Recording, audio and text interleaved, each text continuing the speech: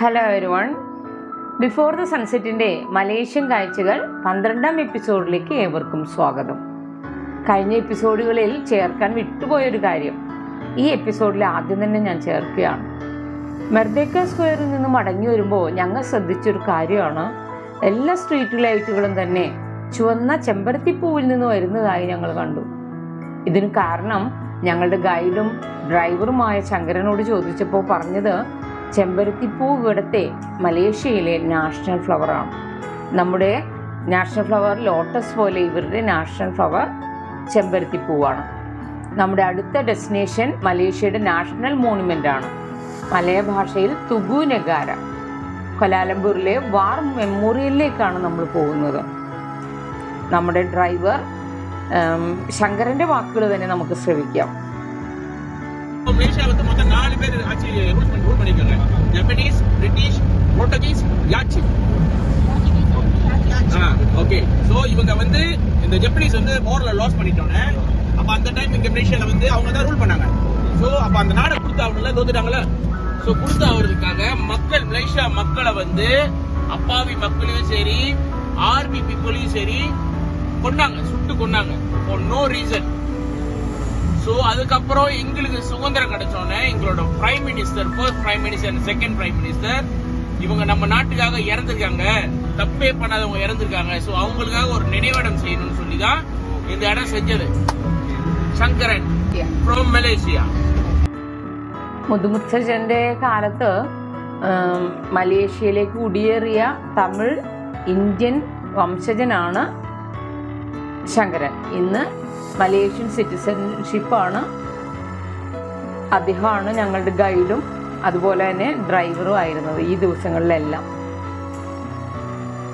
1948 മുതൽ 1960 വരെ നീണ്ടു നിന്ന 2ാം ലോക മഹായുദ്ധ സമയത്ത് ജാപ്പനീസ് അധിനിവേശത്തിനെതിരെയും മലേഷ്യൻ അടിയന്തരാവസ്ഥയ്ക്കെതിരെയുമുള്ള മലേഷ്യയുടെ സ്വാതന്ത്ര്യ സമരത്തിൽ വീരമൃത്യു വരിച്ച ധീരയോദ്ധാക്കളെ അനുസ്മരിക്കുന്ന ദേശീയ സ്മാരകമാണ് തുഗു നെഗാര.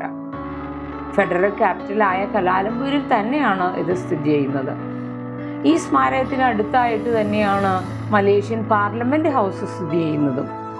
സ്വാതന്ത്ര്യത്തിനായുള്ള പോരാട്ടത്തിൽ മലേഷ്യൻ സൈനിക ത്യാഗങ്ങൾക്കായി ഈ മോണുമെന്റ് സമർപ്പിച്ചിരിക്കുന്നു.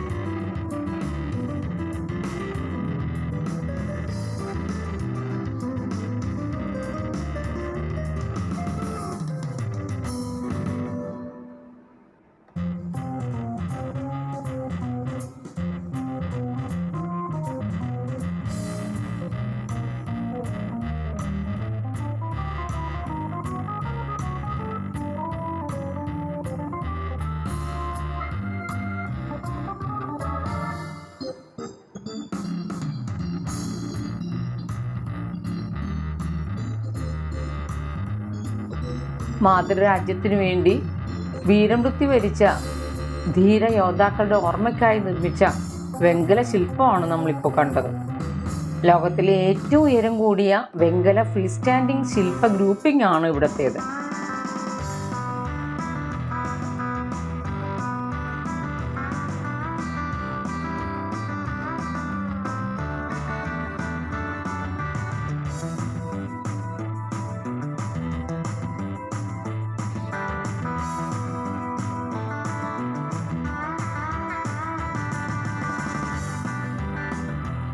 പൊരി വെയിലത്താണ് ഞങ്ങൾ അവിടെ എത്തുന്നത്. 37 മുതൽ 40 ഡിഗ്രി വരെ ടെമ്പറേച്ചർ എല്ലാ ദിവസവും പകലുണ്ടായിരുന്നു. വൈകുന്നേരം സഡനായിട്ട് മഴയും പെയ്തിരുന്നു എല്ലാ ദിവസവും.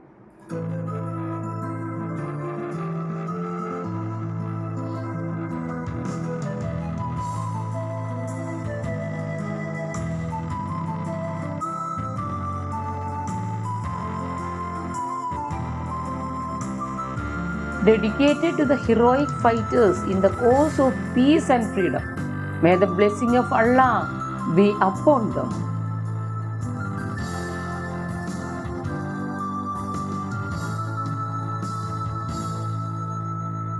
(2010) വരെ പ്രധാനമന്ത്രി അടക്കമുള്ള രാജ്യത്തിലെ ഭരണത്തലവന്മാർ വീരമൃത്യു വരിച്ച ധീരജവാന്മാർക്ക് മാല ചാർത്തി ആദരാഞ്ജലികൾ അർപ്പിച്ചിരുന്നു.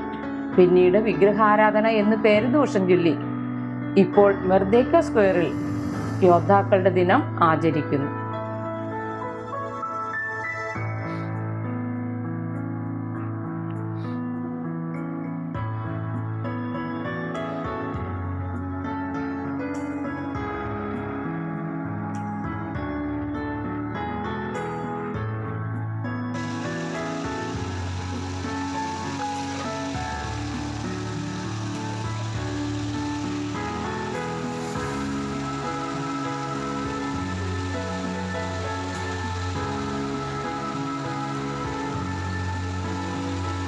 വീഡിയോ ഇഷ്ടമായെങ്കിൽ പ്ലീസ് സബ്സ്ക്രൈബ് മൈ ചാനൽ.